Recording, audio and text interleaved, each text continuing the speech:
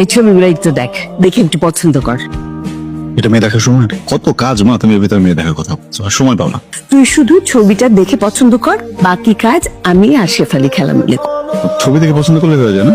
মানে চিনি না জানি না, ছবি দেখে বললাম এবার বিয়ে হয়ে যায়। ঘটক আসে, ছবি দেখায়, তার মধ্যে একজনকে সিলেক্ট করে, সেই বাড়িতে সবাই মিলে যায়, দুই পরিবারের মধ্যে কথা হয়, তারপরে তো বিয়ে হয়। তুই তো কোনো প্রেমও করিস না, কোনো মেয়ের সাথে কথাও বলিস না, তাহলে তোর বিয়েটা হবে কিভাবে বল? তাহলে কাজ করো, তুমি অনলাইন অর্ডার করো, ওরা বলতে যাবে।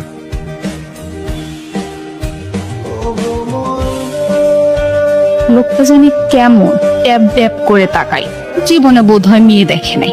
মেয়েটা কিন্তু ভালোই, সুন্দরী, পরিপাটি, একসাথে চাকরি, সংসার, ছেলে আহান, মেয়ে নাম হবে আহিরা, 2টা বাচ্চা হবে আমাদের।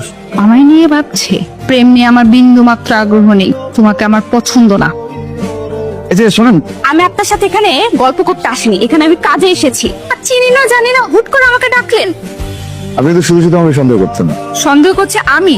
আপনি আপনার বুকে হাত দিয়ে বলেন তো, আপনি আমাকে লুকিয়ে লুকিয়ে দেখেন নাই? গাড়িতে ফেলফেল করে তাকে ছিলেন না? ওয়েটিং রুমেও আমাকে দেখেন নাই? আর আমি মিটিং শেষ করে বেরিয়েছি, আর আপনি আমাকে ডাকলেন। এখন তো আমি এটাও জানি কি বলতে চাচ্ছেন। গবেষণা বলে পৃথিবীর সকল পুরুষই নারীদের প্রতি একটু দুর্বল, কিন্তু আপনি যে কারণে ভাবছেন আমি এখানে এসেছেন সেই কারণে আসছিনি, তো আপনার গবেষণা ভুল। তাহলে আপনি এখানে কি কারণে এসেছেন মিস্টার ভাইয়া? আপনার ব্যাগ। আপনি আমাকে ব্যাগ দিতে এসেছেন? Most welcome. ভদ্রমহিলাকে আমি ব্যাগটা বুঝাই দিলাম, ভদ্রমহিলা ব্যাগটা নিয়ে দাঁড়িয়ে গেলেন, আমি আস্তে করে উপরে চলে আসলাম।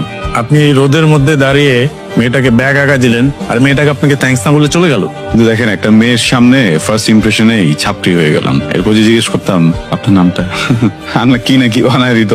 মেয়েটা যদি ভালো হয়, মেয়েটা যদি সিঙ্গেল হয়, আমি তো কোনো অসুবিধা দেখি না। আর আমি যতটুকু জানি খালাম্মা তো আপনার জন্য মেয়ে খুঁজতেছে, তো ব্যাটে বলে মিলে গেলে তো ছক্কা দিয়ে দিতে পারেন। মনে করেন ব্যাট নিয়ে দাঁড়িয়ে আছি, ওই পাশ থেকে বল আসলো না, আমি 6টা মারবো কি হাওয়া।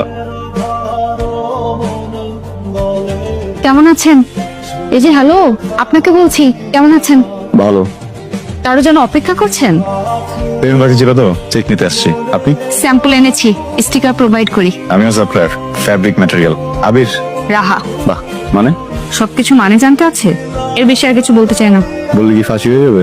প্রশান্তি। রাহা মানে অর্থ প্রশান্তি। কেন? আবিরের অর্থ কম।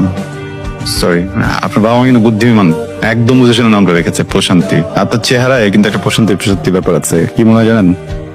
একদম পরিচিত, অনেকবার দেখা একটা মানুষ। প্রশংসা করছেন? ভালোকে ভালো বলবো না? আমি যদি আপনার প্রশংসা না করি, আপনি কিভাবে বুঝবেন আপনি সুন্দর? বাসায় আয়না আছে, আপনারা কষ্ট করে প্রশংসা করতে হবে না, চুপ থাকে।